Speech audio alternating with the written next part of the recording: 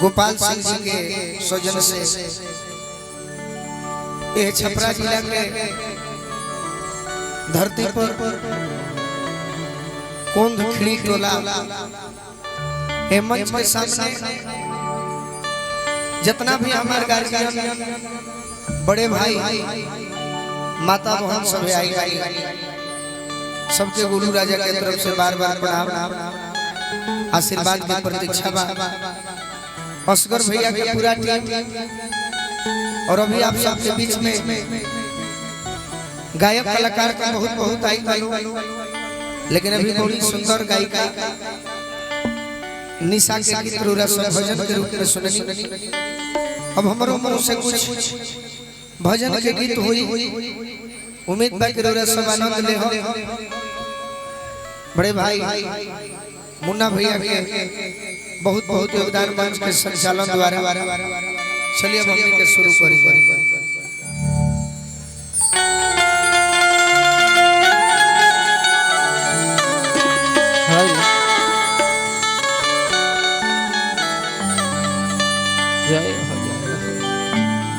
जयंती मंगला काली भद्रकाली कपालिनी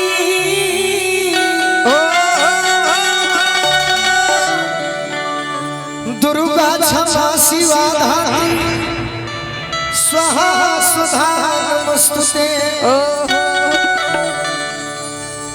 जननी के जननी हो जननी जनक के तू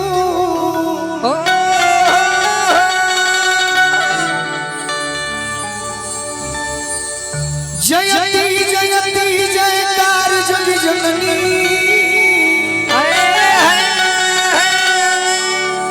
जननी तू जोगिन के विषय के भोगिन सुन लो न हमरो पुकार।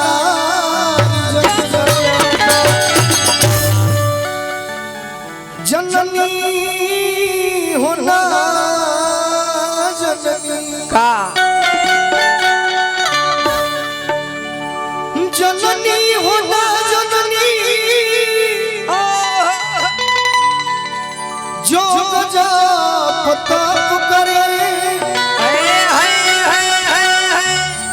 जननी न वेद हो गवार जग जननी जननी जननी हो जाना जन्म तुआ चाहत काबा गुलराज लैका तुहार जज।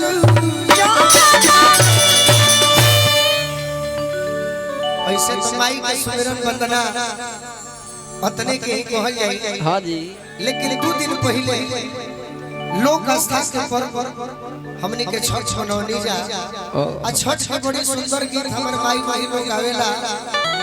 वही लय पर बीड़ा वाली माई का भजन जैसे कैसे अरे छोटी मोटी मालिन रे बिटिया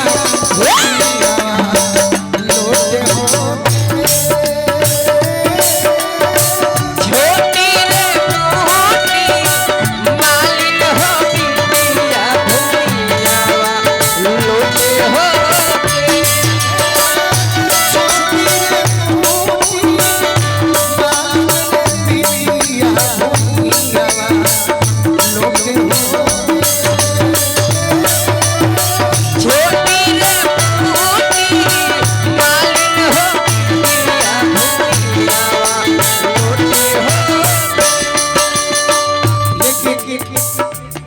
बीड़ा वाली माई से बहुत यही लय के सहारा ले। हाँ जी, सारा दे सारा दे वाली हो अजला हो भैया सारा दे वाली हो पानिया जला हो मैया हो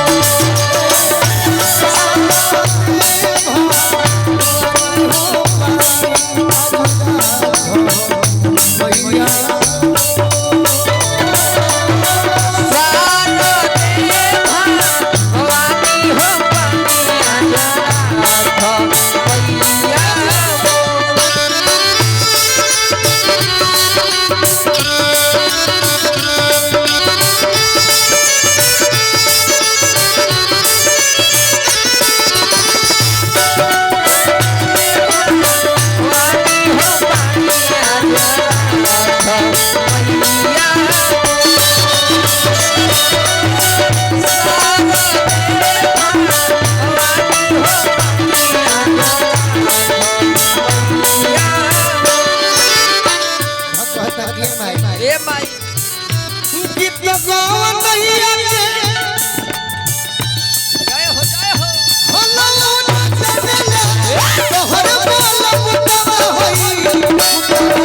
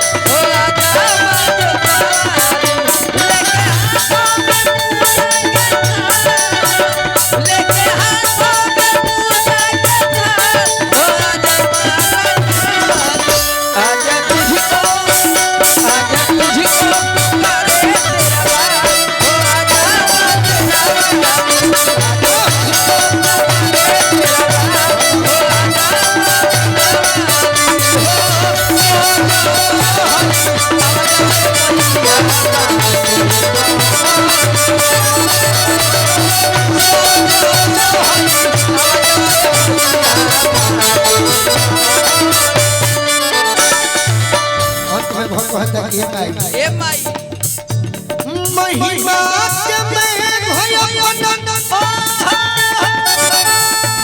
भगवन परसी के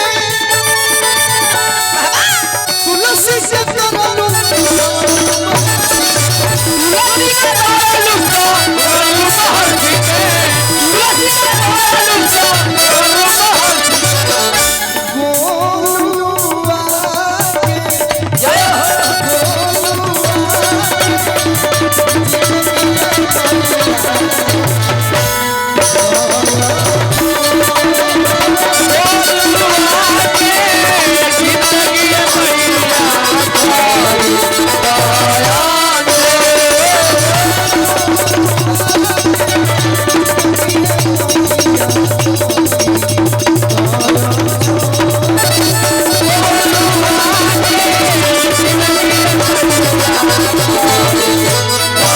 प्रेम से बोली सच्चे दरबार की